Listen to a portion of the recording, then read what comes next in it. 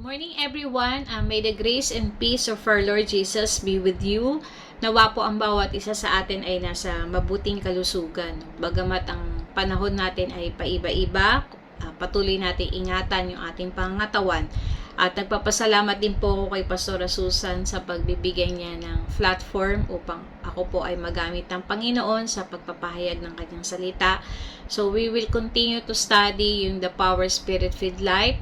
Ito po ay nasa manual pa rin po ni Pastor Wilbert na ang isang taong spirit-filled, merong iba't ibang manifestation, no, kanyang mararanasan. Na mapansin natin na isang tao na puspos ng banal na espiritu, marami na siyang nagagawa na hindi niya nagagawa before, no? From being ordinary people to become extraordinary believer. Kaya habang tayo po ay nagpapatuloy sa Panginoon, naniniwala po ako na yung empowerment, no, ng Holy Spirit will continue to manifest, no, sa bawat isa sa atin. Amen? So, ang topic po natin today is power to be connected to brethren. So, last week, tinalakay po ni Elder Jams yung power to belong and join to the family of God. No? Naunawaan natin na the moment we become born again, no, kung ang isang tao ay na-born again, nararapat na mapabilang siya sa pamilya ng Diyos o mapabilang siya sa isang local church. Kasi nga, God counted to those who belong to Him, no? Sinisensus ni Lord, binibilang ni Lord yung mga nadadagdag sa kanyang kaharian. Kaya nga, sabi ng salita ng Panginoon na isang kaluluwa lang, no, ang magbalik loob, diba? Sabi doon, ang buong kalangitan ay nagdiriwang. No? Kaya, meron po tayong assignment, diba? No, kahit isa lang, no, ang ating maalagaan, isa lang yung ating masyaran na magbalik loob sa Panginoon at patuloy natin itong i-disciple. Naniniwala po ako na ang Panginoon ay natutuwa, no, sa ating mga ginagawa. Kaya isa pa na nabanggit niya na para maging sure po tayo na connected po tayo, para sure natin na tayo ay belong at join tayo sa isang pamilya o sa isang church, dapat daw yung isang believer na yon ay connected dun sa appointed shepherd. No? Dapat connected ka dun sa pastor mo. Diba? Kasi nga, ang pastor, siya yung the head nung sa loob ng church. So, kailangan, kung masabi natin na siya yung pamilya, diba? Siya yung tatay, o siya yung nanay, no, sa loob ng church, dapat connected tayo. So, pangalawa, dapat committed tayo sa isang local church. No? Committed tayo. Hindi pwede yung butterfly Christian, di ba? Kung saan-saan dumadapo, kung saan-saan pumupunta o ma-attend. Kundi, maging committed po tayo sa isang local church.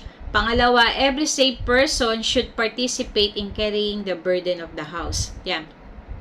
Mahalaga po to na yung shared responsibility.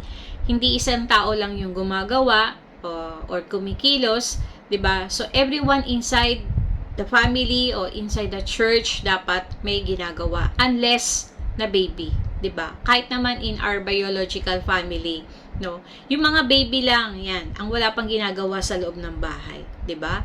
Halimbawa, 'di ba, si Lior yung ating baby ngayon. Mapaghuhugas mo ba yan ng plato o mapagwawalis mo ba yan? So, hindi pa kasi nga baby, wala pa siyang kakayanan. Kaya kung tayo matagal na sa Panginoon, alam natin na meron tayong maitutulong sa loob ng church, no? Gawin po natin. Shared responsibility. Amen? Upang maging magaan po yung pasanin, di ba? Hindi maging burden sa iba, kundi tayo po ay magtulungan upang mapagaan po yung mga gawain. Amen? So, we will continue po para mas maging malinaw po sa atin, no? Ano ba yung kahalagahan at yung benepisyo na mapabilang ang isang tao sa isang local church. Yan. Before po ako magpatuloy, tayo po muna ay manalangin. So, let us bow down our head and let us pray. Heavenly Father, maraming salamat sa umagang ito. Thank you, Lord God, sa pagbibigay mo sa amin ng oras upang makapakinig ng iyong salita. Salamat, Lord, sa iyong banal na spirito na patuloy na kumilos. Patuloy, Lord, na gumalaw sa aming mga buhay, sa aming puso, sa aming spirito, Lord. At anuman, God, na maririnig namin na salita mo, bigyan mo kami ng strength, ng grace upang maisapamuhay namin ito, O God. Patuloy, Lord, na ikaw magpala sa bawat isa, Panginoon, sa aming pakikinig. na maging mataba, Panginoon, ng aming puso na pagtatamnan ng iyong salita sa umagang ito. And this is our prayer in Jesus' name. Amen. So, dahil nga na iba-iba yung ating pag-uugali o iba-iba yung pagkalikha sa atin ng Panginoon, iba-iba yung ating personality, diba? Minsan ito yung hadlang para meron tayong reservation, no, pagdating sa connection, no. Tulad ko noon nung ako po ay na born again, tapos sinasama po ako ng nanay ko umattend sa church, no. Ang nangyari kapag nasa loob ako ng church, nandun lang po ako sa tabi ng nanay ko, umpisa hanggang matapos, no, yung service, no. Hindi ako nagkaroon ng connection doon sa mga youth dahil nga mahiyain ako no, introvert, ayoko yung maraming grupo. Kaya napakahalaga yung empowerment na binigay ng Holy Spirit sa atin na to connect, no, sa ating mga kapatiran, no. Dahil makita po natin yung pattern sa Acts 2 verse 42. Sabi dito, they devoted themselves to the apostle teaching and to fellowship, to breaking of bread and to prayer. So, sino ba yung they na tinutukoy dito? So, these are the people who responded to Peter's message, 'di ba? Nung si Peter nga ay nag-preach, 'di ba? 3,000 yung nag-respond sa kanya. At ano yung ginawa ng mga taong ito after they respond to Peter? Sabi diyan, 'di ba? They devoted themselves to apostle teaching, to fellowship, to breaking of bread and to prayer. Devote means give or a large part of one's time or resources to a person, activity, or cause. So, being devoted to something means being focused on that particular thing almost exclusively. Kaya, itong mga taong tumanggap na to sa Panginoon, 'di ba? Ang nangyari, they cut off, no, yung connection nila from their former connection. Dahil nga sa paglalaan nila ng oras, no, sa pagde-devote nila sa pakikinig ng mga apostle teaching, yung paglalaan nila ng oras sa pakikipag-fellowship, sa pag-break ng bread, at paglalaan nila ng oras sa pananalangin, no, parang nabawasan na o nawala na yung kanilang connection dun sa mga dati nilang nakakasama before. So, kahit naman tayo, 'di ba? Hindi natin sinasadya na talagang ma-cut off yung ating connection sa mga iba nating kasama before nung time tayo ay na born again, 'di ba? Kasi nga dahil lalo na noon yung mga bagong attend ko sa church, 'di ba? Halos araw-araw yung ating fellowship, 'di mo? Parang araw-araw may mga Bible study, no, from Monday. Parang Monday lang wala, Tuesday, Wednesday, Thursday, Friday, tapos Sunday. So, talagang mababawasan yung pag-expend mo ng time sa mga dati mong kasama dahil nga sa bagong connection na meron ka. 'Di ba? Kasi sa ibang translation po, sabi dito, the believers spent their time listening to the teaching of the apostle, they shared everything with each other, they ate together and prayed together. So, ang tanong, saan or kanino natin inilalaan yung ating oras? Kasi yung pattern na binigay ng mga early believers is they spent their time, no? Doon nila nilalaan yung oras nila. Kaya if gagawa tayo ng isang pie chart, yan. Ilang portion yung nakikita mo na inilalaan mo sa pakikinig ng salita ng Panginoon? Ilang portion yung nakikita mo na inilalaan mo sa pakikipag-fellowship? So, yung fellowship, maaaring ito yung ating Sunday service, yung mga small group, mga trainings, yan. Ilang portion nilalaan natin sa breaking of bread? Pag communion, no? Minsan lang naman tayo, once a month lang yung ating communion. At ilang portion inilalaan natin sa prayer. Yan. So, yung prayer maaring personal or corporate prayer. Yan. So, sa ibang translation, sabi dito, they join with other believers in regular attendance at the apostles' teaching sessions, at the communion services and prayer meetings. So, regular attendance. So, pag sinabing regular, di ba, ano yan? Definite yung pattern, predictable. Kaya tayo din, meron tayong regular na ina-announce na mga prayer meetings. Yan. may mga pinopost na schedule. So, hanggat maaari na available naman po tayo or make ourselves available, no, tayo po ay umattend. Yan, ina-encourage po namin kayo na kapag nagpo-post tayo na meron tayong on-site, no, tayo po ay dumalo. Amen. So, kung hindi talaga maiwasan na hindi po tayo makakadalo, no, patuloy na i-desire natin na Lord, maging available ako sa gantong oras, no, sa gantong araw. Pero mahalaga po yung decision natin, 'di ba? Kasi lalo na will naman ng Panginoon na tayo ay maka-attend. So, yung will natin nawa ma-align dun sa will ng Panginoon na maka-attend tayo. So, maging predictable po tayo dun sa pag-attend. Yan. Kasi nga, itong Acts 2 verse 42 speaks of the 4 pillars of the kingdom of God. So, pag sinabing pillars, diba, ito yung sandigan. Kung bukod sa pundasyon kasi, diba, ng isang bahay, ang pillars, ito po ay source ng strength and stability ng isang bahay, diba? Ito yung mga poste. Sige, isipin po, sabi natin, diba, 4 na pillars. Ano yung 4 na pillars sa kingdom of God? Una, yung pillars, yung pakikinig sa apostle teaching. Second pillar, yung fellowship. Third pillar, yung breaking of bread. Fourth pillar is yung prayer. Sige, isipin po natin, halimbawa, yung bahay natin, 2 lang yung poste. Magiging matatag po ba to? O gawin natin 3? No, baka magnitude 1 lang yan eh, magiba na. O baka wala pang magnitude, no, hindi na makatayo yung bahay. O baka pwede pa-triangle yung forma ng bahay mo, no?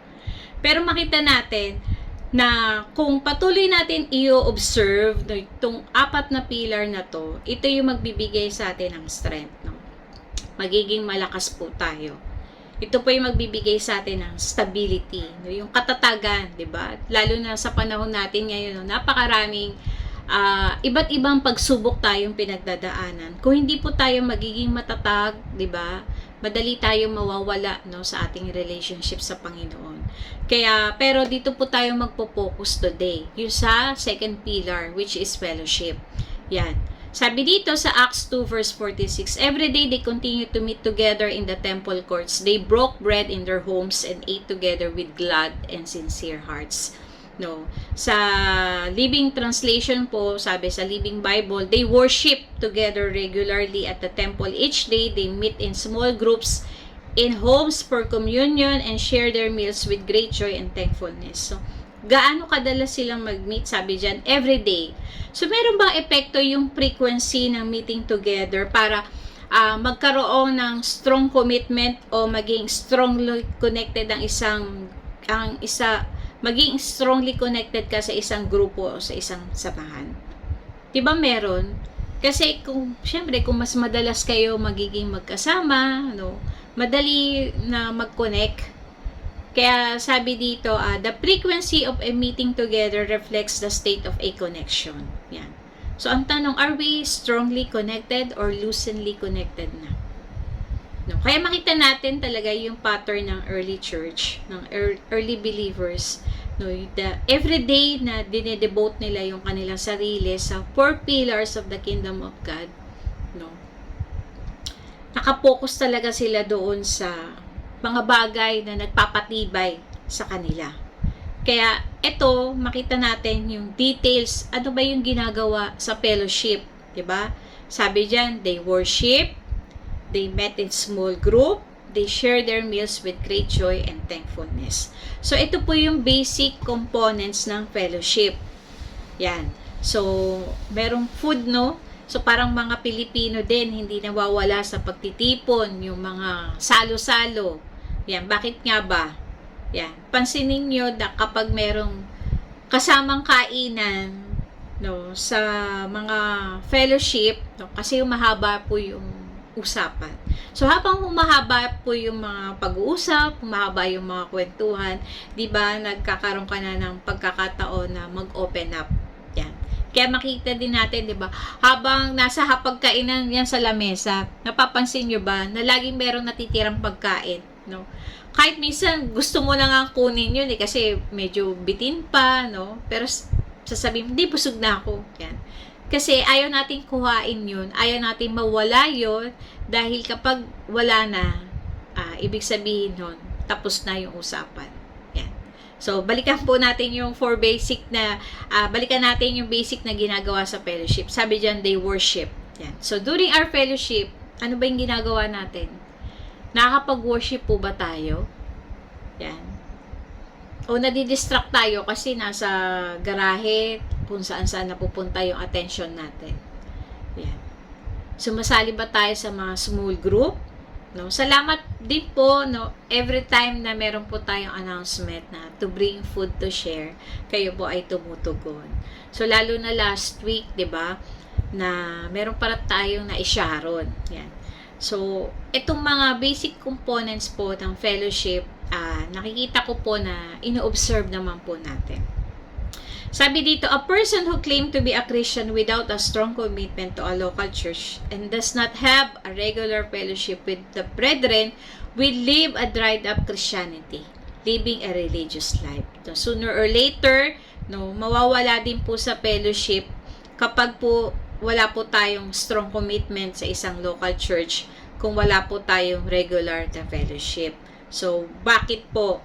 Kasi hindi niya nagagawa yung plan ng Lord na immediately, no, after na tayo po ay maborn again, tayo po ay dapat maging part ng isang family o maging part ng isang local church. Kasi basahin po natin yung Psalm 68 verse 6, sabi dito, God sets the lonely in families. So, kaya if we're not connected sa isang pamilya, 'di ba malungkot? Kasi alam ng Diyos na mahirap mabuhay nang walang pamilya, 'di ba? Halimbawa, yung isang baby, walang mag-aalaga sa kanya, walang nanay, walang tatay. So mahihirapan po ang isang baby na mabuhay, 'di ba? At hindi rin po masaya na kapag ikaw ay orphan, 'di ba? Dahil sa sobrang daming gulo o maraming pressure sa mundo, kung walang pamilyang nakasuporta po sa atin, malungkot. Kung walang pamilyang nakasuporta po sa atin, mahihirapan po talaga tayo. Kasi nga, family is a basic society that God put us so that we can have protection. Kaya ang isang tao may pamilya, masaya yan. Ang isang taong tumanggap sa Panginoon at siya ay merong isang local church na kinabibilangan, yan, masaya yan. Kaya sabi pa dito, he leads out the prisoner with singing. No? Kaya when a person start to receive Christ, 'di ba? Ito yung time na ni-receive din niya yung kanyang kalayaan, 'di ba? Kasi nung tayo ay nanalangin, tinanggap natin ng Panginoon, pinatawad ng Panginoon ang lahat ng ating kasalanan, 'di ba? Tayo ay pinalaya ng Panginoon sa lahat ng ating maling ginagawa, no? Pinalaya tayo ng Panginoon sa ating mga kahinaan, 'di ba? So tayo ay nagkaroon ng kagalakan sa puso natin. Amen. But when a person after knowing Christ, 'di ba?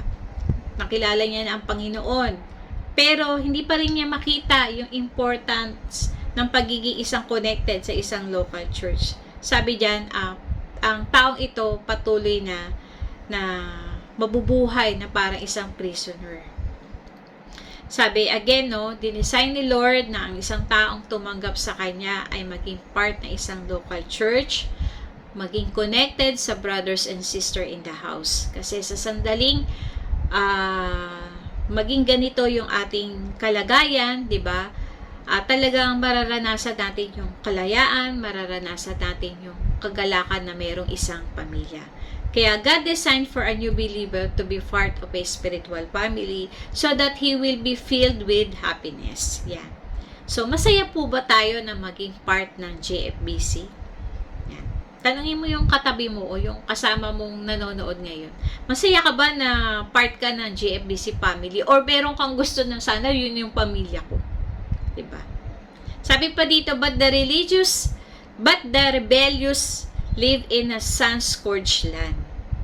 Yan. So, kapag rebelde, so patuloy itong mabubuhay na malungkot at sa tuyot na kalagayan. So, we are called from isolation to connectivity. Fellowship is the natural result of connectivity. So, paano natin malalaman na connected tayo? No? Through fellowship. Yan. So, parang ganito, di ba? Kapag nagko-connect tayo sa mga isang grupo o samahan, no? Nagiging part ka na sa mga activities nila eh. No? Kaya kung ano yung ginagawa nila, ginagawa mo na rin. Kaya, madalas sila na yung nakakasama mo. Tama? Kasi nga, ang fellowship, natural na resulta to ng connection mo. Yan. Kaya kung connected ka, halimbawa, connected si Ayon sa TICP. Yan. So, sumasama siya kapag may activity yung TICP. So, sabi dito, the Holy Spirit connects a believer to a local church so that she remains strong and stable. No, kaya tayo kinoconnect ng Holy Spirit sa isang local church, kaya tayo kinoconnect ng Holy Spirit para tayo po ay patuloy na maging malakas at maging stable, maging matatag. Paano po? Sabi po ng Ephesians 4 verse 16, from Him, the whole body joined and held together with every supporting ligament, grows and builds itself up in love as each part does its work. So, sabi dito, diba, Christ, who is the head of the church, tama po, ang ating Panginoong Jesus, siya yung head ng simbahan. No? So, under His protection, the whole body is fitted together perfectly and each part in its own special way helps the other parts. Diba? Tulad po ng ating iba't ibang bahagi ng ating katawan. They function ng tama para makatulong sa ibang part. Example, diba? Halimbawa, yung mata natin. So, nakakatulong yung mata natin sa ibang part ng ating body. Paano? Diba? Halimbawa, yung mata natin, may nakita siya na maaari tayo madapa or maaksidente. So, sa gagawin ng ibang part, no, maiiwasan niya to. So, sa ganung paraan, nakakatulong yung mata natin para huwag masaktan yung ibang part ng ating body. So, ganun po kahalaga na ang bawat isang sa atin, dahil tayo po ay parte ng katawan ng Panginoong Hesus, no, mahalaga na meron po tayong ginagampanang papel para makatulong sa iba nating kasama sa loob ng iglesia. So, sabi pa dito, so that the whole body is healthy and growing and full of love. Yan. So, sabi nga, dyan, sa binasa natin, di ba, we are supported by ligaments. So, ano ba yung ligaments? Di ba, sa ating katawan, kung walang ligaments, walang magduduktong doon sa ating mga buto. Di ba? So, kung walang magduduktong, isipin nyo po yung skeleton na. Kung wala yung ligaments. So, brittle po yun, di ba? Yung buto na walang ligaments, no? Madaling makalas. So, yung connection po talaga natin, ito po yung magpapalakas, ito po yung magpapatatag sa atin. Kaya the moment na alisin natin o ihiwalay natin ang isang parte, no, sa katawan, no, ito po ay patuloy na manghihina hanggang sa ito po ay mamatay.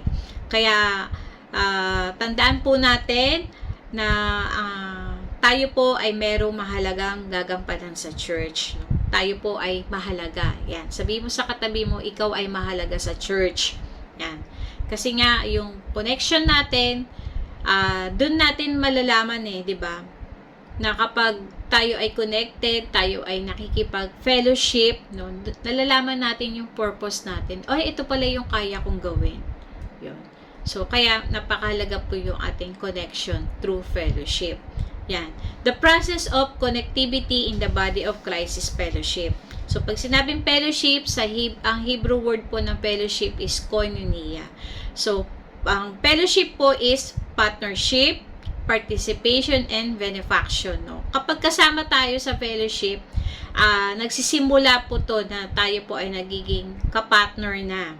So, kasama na tayo na to achieve, no, kung meron pong tulad po nung time na si Pastora Susan ay nag-encourage or tayo po ay nag-announce siya na meron tayong lot na ipapurchase, diba? So, sa mga tumugon po, tayo po ay kapartner na ng church, 'di ba? Para sa isang common goal. Ano yung common goal natin, no? Mai-purchase yung lot na 'yon. So, sabi nga ni Pastor Wilbert, one can chase 1,000 but two can chase 10,000. 'Di ba? Isipin natin magkano yung halagang pinurchase natin na lote. 3 million, 'di ba? 3 million mahigit. So, kung isang tao lang po ang mag-shoulder doon, mahirap po. Pero dahil po tayo ay nakipag-partner sa church, tayo po ay nakipagtulungan, 'di ba? Nalikom po natin yung amount na 'yon. So, kapag mas marami po tayong magagawa. Amen? So, kung hindi po tayo sanay o marunong makipag-partner, 'di ba? Sa iba, let's continue to ask the Holy Spirit na, Holy Spirit, tulungan mo ko, no? Na ako ay maging kabahagi, ako ay maging partner sa isang gawain. So, always ask the Holy Spirit. Amen? So, sabi nga, kasi kapag nagiging part na tayo o partnership tayo, nagiging involved na tayo sa mga activities. Yan. Kapag involved ka, no, meron kang pagkakataon na makapag-share ng mga ideas mo, 'di ba? May pagkakataon na makakapag-offer ka na ng tulong, yan. So, magiging katuwang ka. Kaya, napakahalaga na talaga to work in partnership, 'di ba? Kasi ito ay isang paraan upang ma-strengthen, 'di ba, yung samahan. Kaya, magiging better talaga kapag mas marami. Yan. Kaya, 'di ba sabi nga sa Bible, 2 is better than 1. So, ang second, pag tayo ay nakikipag-fellowship, kailangan nagpa-participate tayo kasi sabi participation. So, if we are in the fellowship, no, mag-participate po tayo, no, lalo na sa affairs ng ating church. Yan. Kaya sa inyo, 'di ba, marami nag-e-excel sa school. So, naniniwala ako kung bakit kayo nag-e-excel sa school, magaling po kayo mag-participate. So, dapat, ganun din po tayo sa loob ng church. Magaling tayo mag-participate. Yan.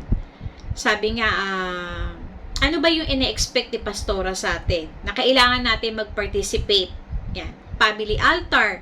Nung last aming mentoring kay Pastor Wilbert, nabanggit po doon na ano na pala, 1,915, kung di po ako nagkakamali ng riniga. The days na pala ang family altar, simula itong in-announce ni Pastor Wilbert. So, kung i-divide po natin yan sa 365 days, mahigit 5 years na po ang family altar. Amen? Sabi ko nga sa mga bata, ilan kaya yung absent namin, no? Sa pagpo-post ng picture, yan. So, kung 5 years na yung family altar, so, kung hindi pa tayo nagpa-participate, no, mag-participate na po tayo. Yan. So, kasi yung family altar, hindi naman to programa ni Pastora Susan sa church or programa ni Pastor Wilbert. No? Ito po ay instruction ng Panginoon na ibinigay niya during pandemic. Yan. So, ginamit ng Lord yung pandemic upang ang bawat tahanan ay maging sambahan. Kaya, we encourage po na mag-participate po tayo. Dahil, hindi naman to para sa church. No? Para to sa atin mismo. Bakit? Kasi, di ba, hindi naman lahat, lalo na kung hindi lahat ng pamilya natin ay saved na. Maaring ito ay way na makatulong sa ibang member ng family natin na makakilala sa Panginoon. Di ba? Kasi sabi nga ni Pastor Wilbert, revival starts in prayer. Yan. Kaya kung meron tayong gustong mangyari, umpisahan natin sa pananalangin. No? Maging consistent tayo na sa pagpe-pray natin. Kung hindi pa natin nakikita yung sagot dun sa ating mga pinapanalangin, Lord, 1,915 ko na itong pinagpe-pray pero wala pa rin sagot. No? Magpatuloy lang tayo. Diba? Magpatuloy tayong maniwala na isang araw mangyayari yung pinapanalangin natin. Amen? Diba? Continue to believe na mangyayari yun. Huwag tayo mawawala ng pag-asa, huwag tayo mawawala ng pananampalataya. Hindi malayo yung breakthrough. Baka mamaya, sasagutin na ni Lord, bigla kang huminto. So, let's continue to pray. Maging persistent po tayo sa pananalangin. Yan. I-observe po natin yung family altar. Kaya maraming salamat din po sa mga bawat pamilya na nagpa-participate po sa family altar. Patuloy na yung grace ni Lord, no, manguna sa atin. Amen? So, ano pa yung na-expect ni Pastora Susan na magpa-participate tayo? Bible reading. Yan. So, malaking tulong na nga po na merong pinupost si Sister Bajek. So, Sister Jane, no, sa atin, nababasahin natin. Kasi meron na tayong sinusundan. Diba, hindi tulad noon, na parang buklat ka ng buklat. Lord, ano ba yung gusto mong sabihin? No, buklat ka ng buklat. Tapos parang na-feel mo yun yung babasahin mo. Diba? Pero ngayon, meron na tayong plan na sinusundan. So, malaking tulong na po sa atin yun. No? Sabihin natin, nagbabasa naman ako pero hindi ako bumuboto. So, isa po yun na ina-expect ni Pastora Susan sa atin. Pag-participate po tayo sa voting. Para saan ba yun? Para ba pakita natin na, ay, nagbabasa talaga ako. Consistent talaga ako. Hindi ito. Patuloy po tayong minomonitor ni Pastora Susan para alam niya kung paano, ano pa yung mga dapat nating kailangan, diba? So, ano pa yung ina-expect ni Pastora Susan para sa ating participation, no? Umattend tayo kapag face-to-face. Manood kapag online. Umattend tayo sa mga training if meron. Diba? Dahil nga, if we are in partnership at patuloy tayo nagpa-participate, no, sa ginagawa sa ating church, no, ang unang magbe-benepisyo nito ay tayo. Tayo yung unang magbe-benepisyo sa patuloy na ginagawa ng Diyos sa ating church. Amen? So, we will never experience growth and building up in love without connection to Christ and to brethren. So, dalawa po yun yung connection, vertical at horizontal. Yung ating connection sa Lord at yung connection natin sa ating mga kapatiran. So, we need to follow God's design for His family. So, when we are called by God, nung tinawag tayo ni Lord, no, He called us to fellowship. No? Tinawag din niya tayo na makipag-fellowship tayo. Sabi sa letter A, the call to fellowship. 1 Corinthians 1, 8 and 9. Sabi dito, He will keep you strong to the end so that you will be free from all the blame on the day when our Lord Jesus Christ returns. God will do this for He is faithful to do what He says. Amen? So God is faithful. No? Kung ano sinabi niya, gagawin niya. And He is invited you. So tayo ay ini-invite ng Lord. No? May panawagan ng Panginoon sa atin. Ano yung panawagan ng Panginoon? He invited you into partnership with His Son, Jesus Christ our Lord. No? Paano tayo magiging malakas till the end? Diba? Kasi minsan ito yung nagiging problema natin. Yung pagiging consistent. Diba? So sa una, andun talaga yung malakas tayo, 'di ba? Pero yung pagme-maintain noon, yung pagiging consistent noon mahirap.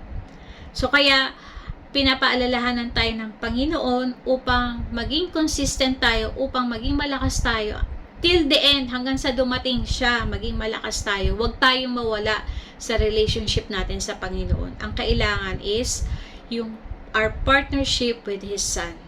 Yung partnership natin sa ating Panginoong Hesus ay huwag talagang mawawala. Bakit kailangan natin maging strong till the end? Diba? Bakit natin maging malakas hanggang dulo? So that you will be free from all blame on the day that Jesus returned. So, alam nyo ba na malapit nang dumating ang Panginoon? Diba? Kung ano yung nangyayari po sa Israel ngayon, ito po ay nagbibigay sa atin ng sign na nalalapit na yung kanyang pagbabalik. Kaya patuloy po tayo maging malakas, patuloy po tayo maging matatag upang datnan po tayo ni Lord ng walang kapintasan. Amen?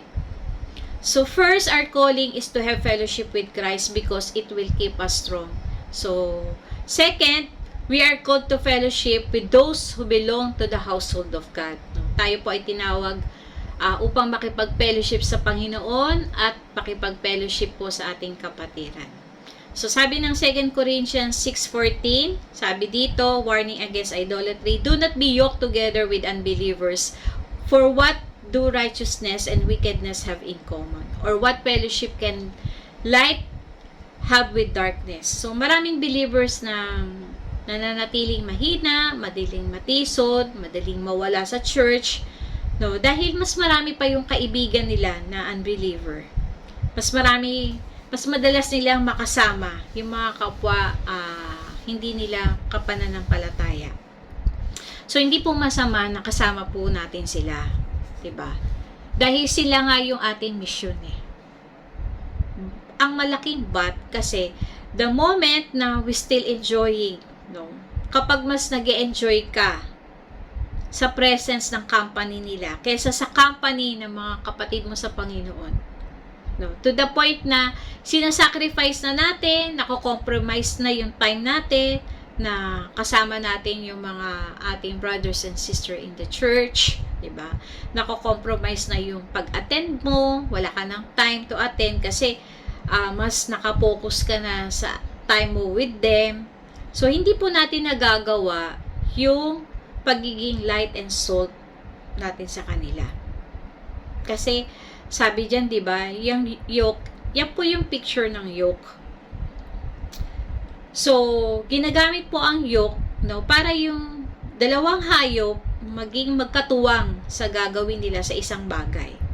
Kaya, kung tayo po ay patuloy na makikisama, no, sa ating mga kaibigan na mali yung kanilang ginagawa, 'di ba? Darating yung time na magagaya natin yung ginagawa nila eh. Sabi natin, hindi matatag ako eh. Hindi malakas ako eh. Hindi ko gagawin yun kasi masama yun. Pero malinaw po yung sinasabi ng salita ng Panginoon. Diba? Kung patuloy na magiging kasama natin sila, no? Hindi natin sila masisharean, no? Baka tayo po yung maimpluwensyahan nila. Kaya sabi ni Pastor Wilbert, walang maibubugang mabuti kung patuloy po na gagawin natin na makakasama natin sila. Kasi darating yung time na magagawa na natin yung ginagawa nilang mali. Amen? Kaya nga dati talaga ito, lagi nyo pong naririnig sa akin. Madalas sabihin po talaga to sa akin ng nanay. At madalas ko na rin po sinasabi sa mga aking anak. Tell me your friends and I will tell you who you are. So, sa mga kabataan, sa mga young pro na wala pang partner in life, no? Diba?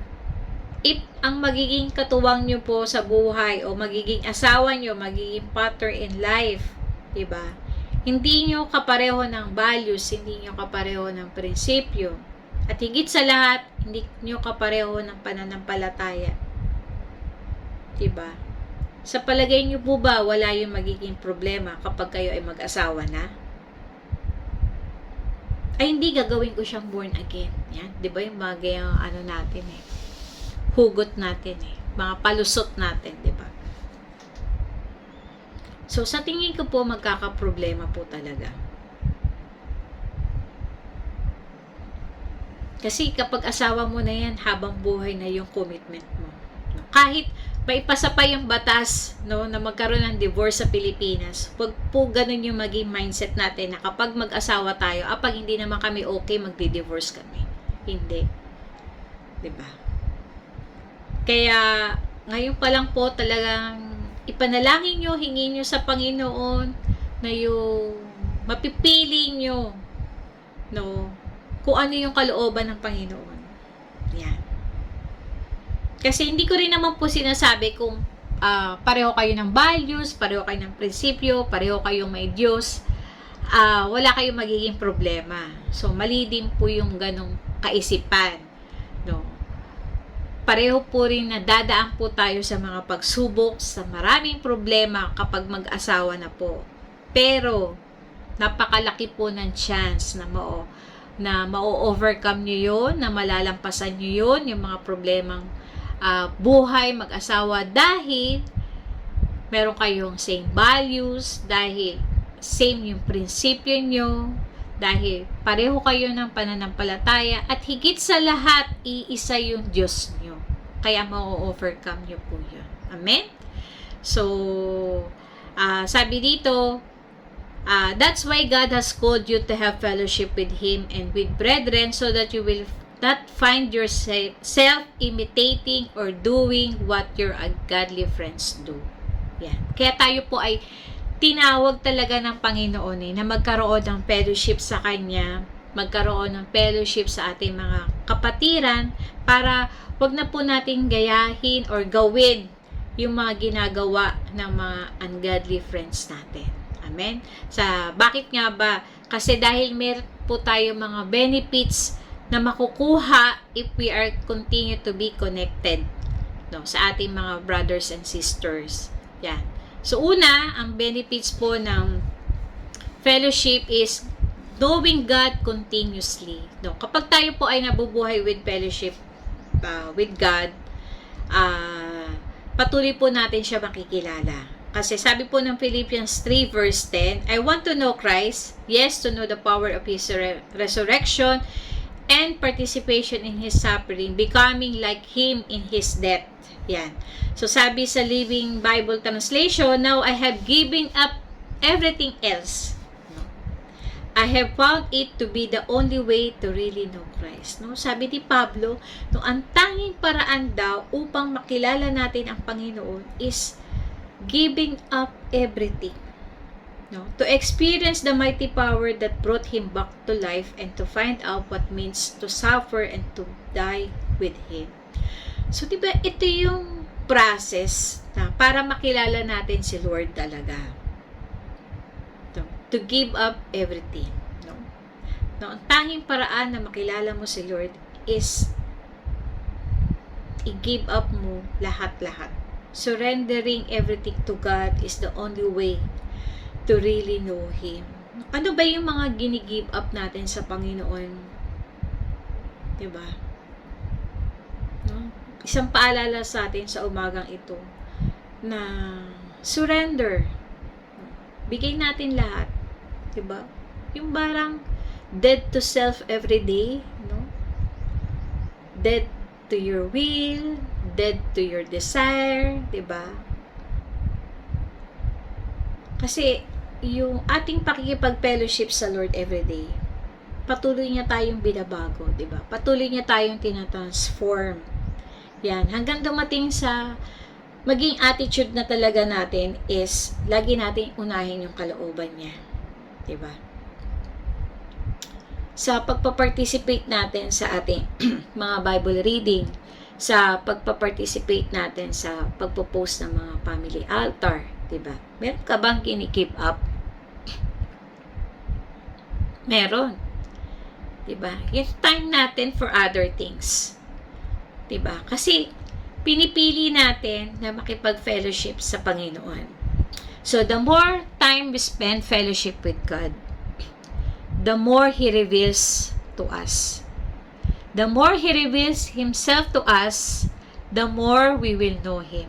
The more we will know Him, the more we will trust Him.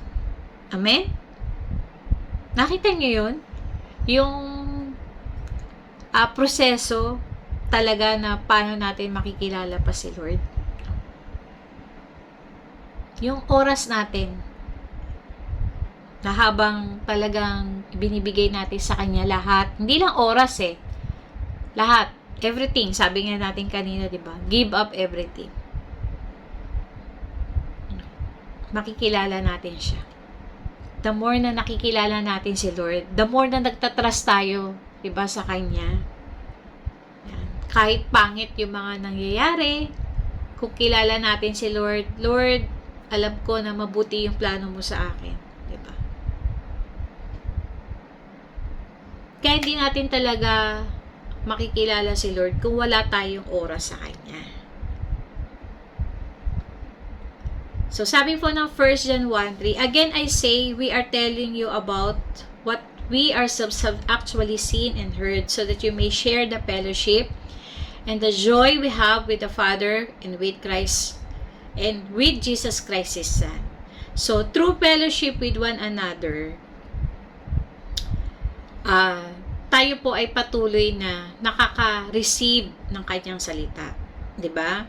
Dahil every time na meron tayong fellowship, no, nagtuturo po sa atin yung mga leaders natin, nagtuturo po sa atin si Pastora, nakikilala po natin ang ating Panginoon. So, kapag din po tayo nakikipag-fellowship sa ating small group, no, nakakatulong din po to naman yung relationship natin with other believers, 'di ba? Kasi sa small group nagkakaroon kayo ng connection, no, lalo na sa mga kagrupo mo, 'di ba? Sa paanong paraan nagkakaroon kayo ng connection? 'Di ba? Halimbawa, kapag yung facilitator, 'di ba, ina-encourage tayo na mag-share, no, sa umpisa tayo po ay nahihiya, no, kasi yung connection natin hindi pa ganun kalalim. Pero as the moment goes, nagiging na tayo, kampante na mag-open up sa kanila, 'di ba? Naririnig natin sa iba nating kagrupo na yung mga dating hindi nila na i-share na nila. So, napakalaking bagay po talaga ng fellowship. Kasi one of the benefit in fellowship with fellow believers is we continue to know God through their sharing and testimony. Yan, 'di ba? Kasi naririnig natin yung mga testimony, yung mga sinishare sa atin ng ating mga kapatid sa Panginoon. So, nagkakaroon po talaga tayo ng strong bond sa small group. At ganun din yung ating connection sa Panginoon. So, ito po yung mga isa sa benepisyo ng fellowship po. Knowing God continuously. Pangalawa po is walking in the light consistently. Yan. Sabi po ng 1 John 1, 6 and 7, if we claim to have fellowship with Him and yet walk in the darkness, we lie and we do not live out the truth. But if we walk in the light as He's in the light, we have fellowship with one another, and the blood of Jesus in His Son purify us from all our sin. So, ito po yung katunayan talaga na totoong tinanggap ng isang tao ang Panginoong Jesus. Yung taong ito ay nabubuhay na sa kaliwanagan. No? Itong taong to ay hindi na nabubuhay sa kasalanan. Kasi nga, fellowship causes us to live a life victoriously. Yan. Dahil yung mga kasalanan o yung mga bagay na ginagawa nating mali sa harapan ng Panginoon, na o-overcome natin yan. Dahil nga, meron na tayong relationship sa Panginoon. Meron na tayong relationship with our brethren. Paano? Paano natin na o-overcome yun? Kasi kung aware tayo sa presensya ng Panginoon, 'di ba? Na yun yung nagbibigay sa atin ng grace, ng strength to overcome.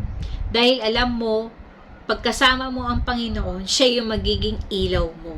Sa panahon na ikaw ay nadidiliban, siya yung magiging ilaw mo sa panahon na nag-struggle ka, sa panahon na hindi malinaw sa iyo, hindi mo makita ano ba yung tamang daanan. Si Lord yung magiging ilaw mo. At the same time, kapag alam ng kapatid mo yung struggle mo, pag alam ng kapatiran mo yung pinagdadaanan mo, 'di ba? Nagiging accountable ka sa actions mo eh. Kasi alam mo may nakamasid sa iyo, alam mo may nakakakita sa iyo. Yan. Tandaan po natin, 'di ba? God is watching us. Yan. Halimbawa ganito, kapag merong CCTV sa isang lugar, tapos yung taong yung plano niyang pagnakawan, 'di ba? O may masama siyang gagawin sa isang lugar na 'yon. Kapag alam niya na merong CCTV, sa palagay niyo po ba i-continue niya yung gagawin niyang masama? Di ba hindi? Gagawin niyan, sisirain muna yung CCTV para hindi makita yung gagawin niyang mali. Yan. Ganon din po tayo. The moment na tayo po ay aware that God is looking, that God is watching, di ba? We will continue to walk in the light. Mamumuhay po tayo sa tama. Kasi, alam mo, conscious ka, si Lord nakatingin sa'yo, conscious ka na si Lord pinapanood ka. Diba? Alam ni Lord yung ginagawa mo. So, magkakaroon ka ng consciousness na manatili sa tama. So, living intentionally and consistently in light will not cause us to sin. So, kapag talaga tayo ay intentional, tayo ay consistent talaga na manatili doon sa liwanag na ibinigay ng Diyos sa atin, no? Mahihirapan na po talaga tayong gumawa ng kasalanan eh. Kasi meron nagko-convict sa'yo ng wag mong gawin yan. No? Sabi dito, sin causes us to hide in the dark. Sinning Christians walk away. Kasi ayaw ng sin yung light eh. Diba? Kasi may expose yung mali niyang mga ginagawa. So, paano natin maipapakita na ayaw natin sa kasalanan? 180 turn. Talikuran natin. Hindi 360 180 lang. And then, walk away. No? Hindi lang yung umikot ka eh. Halimbawa, nasa kasalanan ka ng, halimbawa lang pagsisinungaling. Umikot ka. Kasi 180 turn sabi natin. Pero hindi ka pa rin umaalis doon. Diba? So, meron pa rin yung stronghold sa'yo. So, kaya ang gawin natin, after 180 turn, walk away. Lumayo tayo. Amen? So, yun po yung pangalawa na benepisyo kapag tayo po ay nakikipag-fellowship. Diba? Yun po yung pangalawa, na yung magiging consistent po tayo na tayo po ay mamumuhay sa kaliwanagan. Kasi nga, aware tayo na God is watching. Sa pangatlong benepisyo na ating pakikipag-fellowship is sanctified life progressively. Sabi po ng 1 Corinthians 6, 9-11, sabi po dito ng NIV version, or do you not know that wrongdoers will not inherit the kingdom of God? Do not be deceived. Neither the sexually immoral, nor idolaters, nor adulterers, nor men who have sex with men. So, pakipag-sex sa same sex. Nor thieves, nor the greedy, nor drunkards, nor slanderers, nor swindlers will inherit the kingdom of God. So, pinakita yan, sino-sino ba yung mga hindi makakapasok sa kaharian ng Diyos. And that is what some of you were. Ganito daw tayo dati, di ba? Yan yung dati nating buhay. But you were washed, you were sanctified, you were justified in the name of our Lord Jesus Christ and by the Spirit of our Lord and the Spirit of God. Amen? So, ito po yung conversion ng isang tao eh. Nung una siyang makakilala sa Panginoon, ang isang tao ay nilinis sa kanyang kasalanan. Diba? Kasi yung oras na tayo po ay totoong humingi ng tawad sa Panginoon sa lahat ng ating kasalanan, tayo po ay pinatawad ng Panginoon. Gaano man kadumi yung ating kasalanan, gaano man kadami yung ating kasalanan, gaano man kabigat yung ating kasalanan, tayo po ay pinatawad ng Panginoon kung totoo yung ating paghingi ng tawad. Tayo po ay kanyang nilinis sa pamamagitan ng kanyang dugo. Yan. Pangalawa, process is sanctified. Ano ba ibig sabihin ng sanctification? Sabi, sanctification is set apart as God people and set apart for pastor use. Sinanctify tayo ng Lord, nilinis tayo ng Lord, para magamit tayo sa kanyang purpose. Yan. So, third is justified. Pag sinabing justified, declared righteous, pinawalang sala. Kaya yung lahat ng kasalanan na hiningi na tawad natin sa Panginoon. So, kaya napaka-importante po, na kapag humingi tayo ng tawad sa Panginoon, detailed yung kasalanan na yun, na ihihingi natin ng tawad. Hindi yung, Lord, patawarin mo ako sa mga kasalanan kung nagawa nung bata pa ako. Matutunan po natin na i-name natin yung kasalanan. Bawa, Lord, patawarin mo ako sa kasalanan ko, nagsinungaling ako, nagalit ako. So, i-name natin yung sin na yun para mawala na yung stronghold dun sa atin. Kasi, lahat ng kasalanan na binigkas natin sa Panginoon, sabi dyan, buburahin na yun. Dahil ginastify ng Lord, dineclare na tayo ay righteous na. No, hindi tayo dineclare na righteous dahil tayo ay mabait. Hindi dineclare na tayo ay righteous dahil sa mga ginagawa nating kabutihan. 'Di ba? Kundi dineclare tayong righteous dahil sa ating Panginoong Jesus. Kaya ito yung pangatlong benefits ng ating pakikipag-fellowship sa Panginoon. Ito yung benepisyo, no? Patuloy tayong nililinis, 'di ba, ng Panginoon kasi lahat naman tayo ay nagkakasala pa rin, 'di ba? Nakakagawa pa tayo ng pagkakamali. Pero ang mahalaga, hindi na tayo nabubuhay doon sa kasalanan. Kaya patuloy tayong nililinis ng Panginoon para magamit, no, sa kanyang kaharian. At sa mga pagkakataon na narurumihan tayo ulit, 'di ba? Sabi nga, God is faithful, no? Gusto ng Lord na mag-remain tayo, na tayo ay malinis, 'di ba?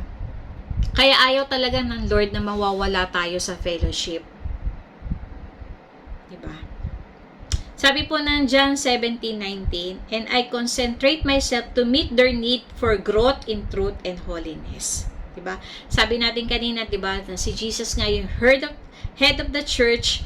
Kaya as we continue to connect to Jesus, no, through fellowship, 'di ba? We will remain pure and holy. Patuloy tayong kino-concentrate, patuloy tayong nililinis ng Panginoon. Amen. So, parang ganito 'di ba? Wala naman tayong bagay na ginagamit na marumi. 'Di ba? Lalo na kung yung bagay na yung gagamitin natin sa isang special occasion. 'Di ba? Kapag nga mayroong mga okasyon may mga handaan, 'di ba? Ang nilalabas natin yung pangmalakasan nating gamit sa bahay. Pangmalakasan nating utensils. Lalo ngayon nauuso na yung mga gold, yan. Pag Pasko tsaka Bagong Taon, kung mapupunan niyo po doon sa aming table setting, ginagamit ko po yung aming mga gold na spoon and fork. Hindi po yun 18K no. 'Di ba? Ginagamit natin talaga yung mga magaganda natin, no? Malilinis nating gamit. Yan. Mga may corel dyan, nilalabas yan kapag may mga special event.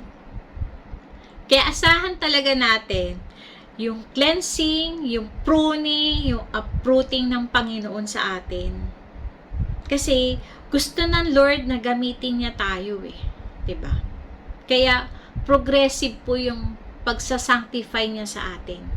Kaya lahat po ng pinagdadaanan natin, 'di ba? Lumalabas yung mga hindi maganda sa atin, 'di ba? Kasi pag nasa pagsubok nga pag nasa problema tayo, pag nasa pressure tayo, dun yung lumalabas yung totoo nating ugali. Ayan.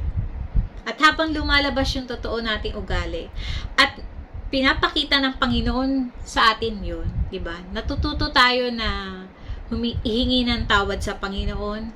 Natututo tayong magpalinis sa Panginoon. Yan. So, dahil habang nililinis tayo ng Panginoon, hinahanda tayo ng Lord para gamitin niya. Amen? So, lahat ng pinagdadaanan mo, may purpose yan. Lahat yan may gamit sa Panginoon. Walang tapon yan. No? Kaya, napakahalaga na magpatuloy tayo sa pag-fellowship natin sa Panginoon at sa ating mga kapatiran. Amen? So,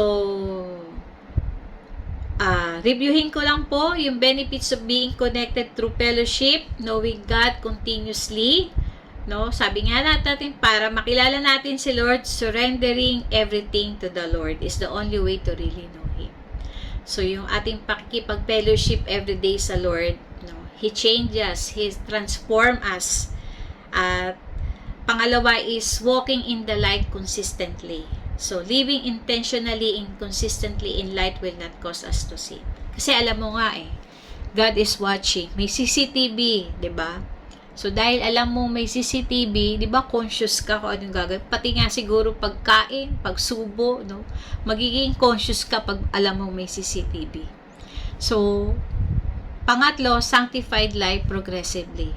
Kaya as we continue to connect with Jesus through fellowship, we will remain pure and holy. Yan. Amen? So, dito po ako magtatapos. Conclusion, when the Holy Spirit came upon the believers, He empowered them to connect with one another. So, binigyan po tayo ng kapangyarihan ng Holy Spirit para mag-connect yan, sa ating mga kapatid sa Panginoon. No? Yung personality natin, no, it doesn't matter anymore na yun. Introvert ka or extrovert ka. God designs extends beyond individual salvation. He doesn't want us to living in isolation. No, hindi nais ng Panginoon na mamuhay tayo mag-isa. No, isolated, 'di ba? Kundi tayo po ay ginoin ng Panginoon sa isang local church. Tayo po ay ginoin ng Panginoon sa isang pamilya. So like a freed prisoner whose first instinct is to run to his family for unconditional love and joy, the Holy Spirit compel us toward our spiritual family, the community of believers who will embrace us and share it in our freedom. Amen? So, nung panahon po na dumating po kami sa matinding pagsubok, nung time nga po na nawala si TJ sa amin, isa po sa naging source of our strength namin is ang church. Yeah. Sa church nga po kami nung nanirahan. Nakituloy po kami nung kina Pastora Susan doon sa kanilang kwarto. Doon ko po talaga nakita na napakahalaga na ikaw ay belong sa isang local church, lalo na sa mga panahon na meron po tayo mga matinding problema. Kasi alam mo, yung mga taong kasama mo, walang hangad yan, kundi yung kabutihan mo. Yung mga taong kasama mo sa loob ng church, walang hangad yan, kundi mapaayos ang buhay mo. 'Di ba? Kaya andyan yung kanilang mga encouragement, andyan yung kanilang mga panalangin sa iyo, 'di ba? Kaya yung ating time with our brethren po talaga ay ma-establish natin, 'di ba? Mahalaga po yung fellowship na po talaga na 'yon. So, maraming salamat po sa inyong pakikinig. Nawa po meron po nagrema sa atin, no? Nawa po ay tayo po ay na-enlighten, no? Na binigyan tayo ng kapangyarihan ng Holy Spirit para mag-connect, no, sa ating mga kapatid sa Panginoon. Amen? So, tayo po ay manalangin. Heavenly Father, maraming salamat sa empowerment ng iyong banal na Espiritu sa amin para mag-connect sa church, para mag-connect kami sa iyo, Panginoon. No, it doesn't matter na, Lord, yung aming personality. Kung nahihirapan man kami, Lord, na mag-connect, na makipag-fellowship because, Lord, yung mga past experience namin or masyado kaming busy sa aming mga sariling problema, Lord, you are more powerful sa lahat ng dahilang ito. Kaya, nagpapasalamat kami, Panginoon, sa patuloy na pagkilos mo sa banal na Espiritu, Lord, sa buhay po namin. Dinesign mo, Lord, sa bawat isa sa amin ay mamuhay, Panginoon, na kasama yung aming mga kapatid sa Panginoon.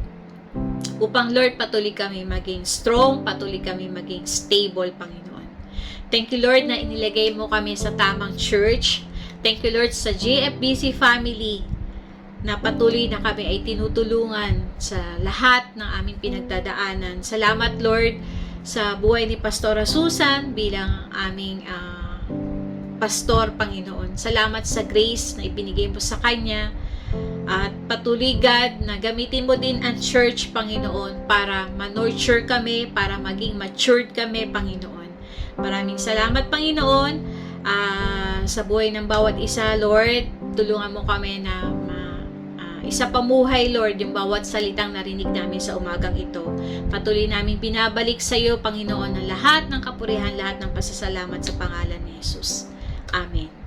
Muli po, magandang umaga po sa bawat isa. Patuloy din po namin kayo in-encourage yung ating mga tithes and offering po. Kung maaari po na isend po natin sa bank account ng church o sa GCash. Patuloy nga, sabi natin, shared responsibility. Yan. Kaya patuloy na pagpalain po ng Panginoon ang mga pagbibigay nyo at patuloy na ma-enjoy pa natin yung mga lilipas na oras sa araw na to. God bless us.